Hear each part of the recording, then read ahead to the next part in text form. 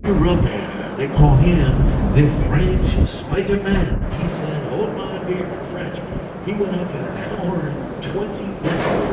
Now, both of them made it successfully. Both of them were arrested successfully. You can't do that. Which didn't stop Alain Robert. He went on to climb all of the tallest buildings in the world, including the current tallest building in the world, which is the Burj Khalifa. It's in Dubai, where this gentleman lives. Now, besides being gloriously beautiful, my wife and I are saving to go visit there next year. Burj Khalifa is 2,717 feet tall, 828 meters.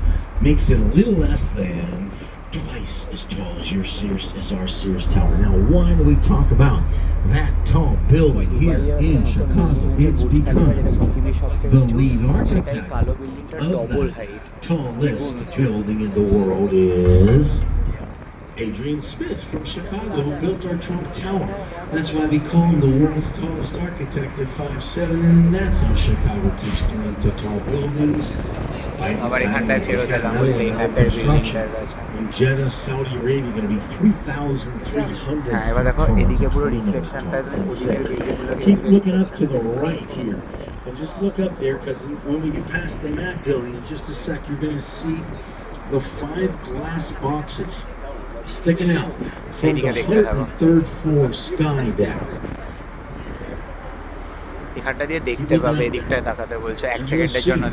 Brave people have stepped out onto the glass. Look up there and looking down through their feet at you. Now, most Chicagoans would suggest the Sears Willis Tower by day, that's the sky deck on the ledge, but that Hancock Tower by night, that's 360 with the glass tilt. We'll see that later on.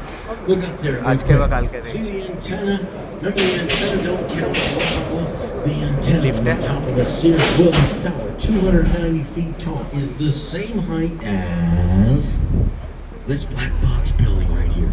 That's how big the antenna are. Just imagine that building on top of that building. Kind of crazy. How do you get here, guys? If you're smart, you take the water taxi. It takes you from where we get off the boat right here to the base of the building. Great location, great deal. $12 for an all-day pass. You know, Chicago, guys. You know, New York's the Big Apple. We got Beantown, these nicknames. Chicago, I think, holds the world record for the most number of nicknames. I count about a dozen. Check it out. The second city. You know, one of the reasons. The first one, part 10. The Windy City. 2 reasons for this one. One, the obvious, it's usually pretty windy. But before that, when Chicago was campaigning to host the World's Fair 1893, Chicago sent its politicians and promoters to Congress to campaign. Couldn't stop bragging about Chicago. Congressman called them those windbag blowhards from that hot air balloon. আমি sure নই, কিন্তু সম্ভবত 1893 world ফেয়ারেরই একটা part ছিল বলে ভাবছি সম্মেলনটা। Siberia, after a couple bad winters, got to -24 years ago.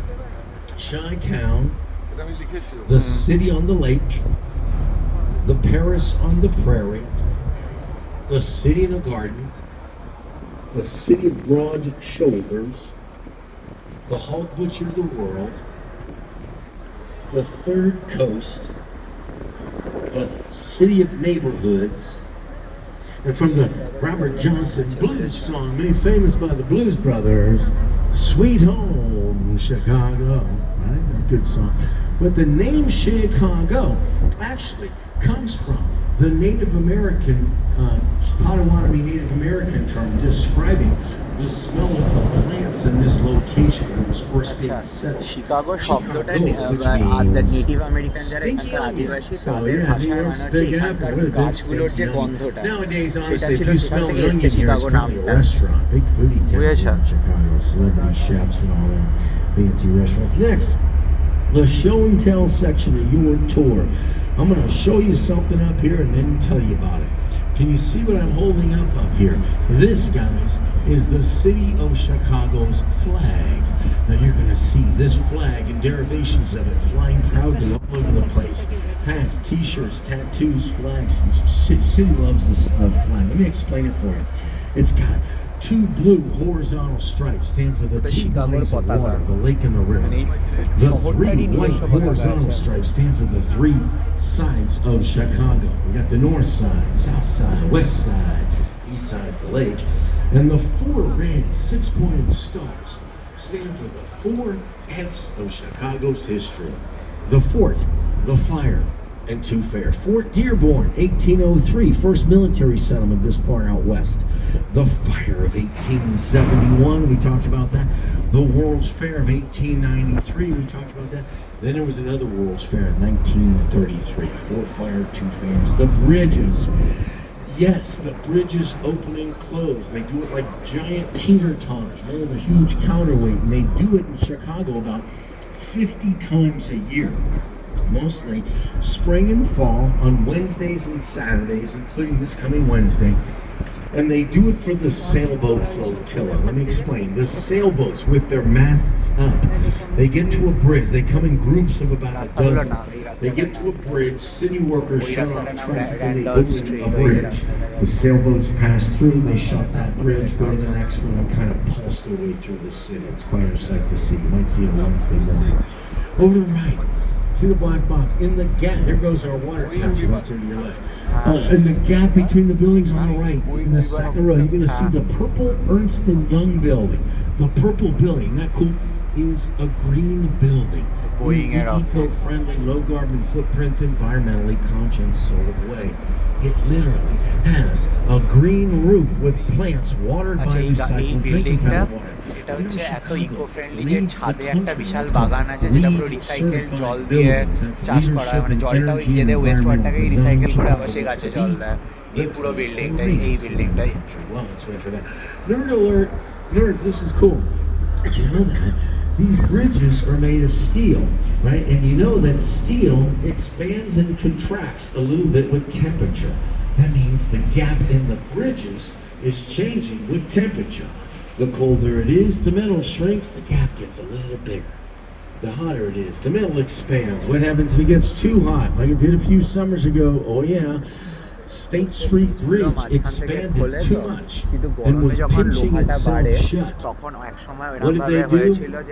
Called in the fire department boats to come and spray down the bridge with water to cool the steel enough it would shrink so they can get it popped open like a sailboat star. I got photos of it because I'm a nerd. I think that's kind of cool. You think that's cool? Yeah, you're becoming nerds, huh? How we all doing, guys? You doing okay? Everybody happy? Okay, let's keep going. Eyes up, cameras up. We're coming back into Wolf Point. 360 degrees of amazing. This could be you guys strolling on the Riverwalk after the tour. এখানে river ওয়াকটা আছে, নদীর ধার দিয়ে হাঁটা যাবে। Is right in front of us. This ginormous Art Deco merchandise mart. Now, merchandise mart. This is Art Deco building. Remember, check this out. Do you know in 1930? This was the largest and the tallest building in the world. How big?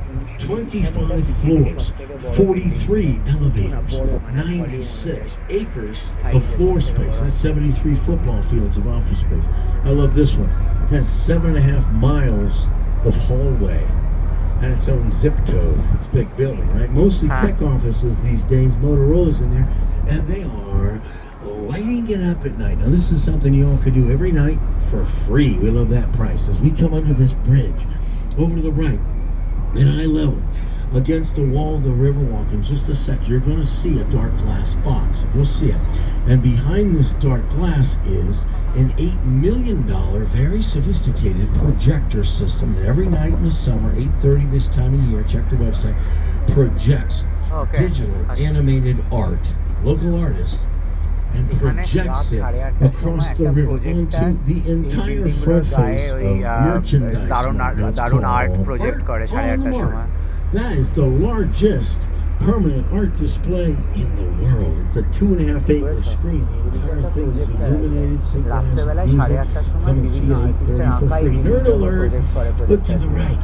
You'll see this dark glass box. Did you know they programmed these 34 projectors to shine onto the entire facade of the building, except for all of the windows. They calibrate it with lasers to mask and not shine the windows and bother people that are working there, which I think is pretty courteous. So look to the right. You see the stainless steel posts at the river's edge, at the base of which are these floating gardens here. They're called fish hotels. The idea, the roots of these water plants grow down underneath there, creating a mini habitat so that some of the native species of fish can repopulate the river by having a place to spawn. 1970s, they say there were about 10 species of fish in the river. Now there's over 70, so the river's coming back to life. All right, guys, for the next 15 minutes, without blocking views, please, eyes up, cameras up. And I say that because we're coming into what I think is a beautiful section of Chicago. The buildings, the bridges, the river, the sky. Here's really what I want. I want you to relax. I want you to open up your soul.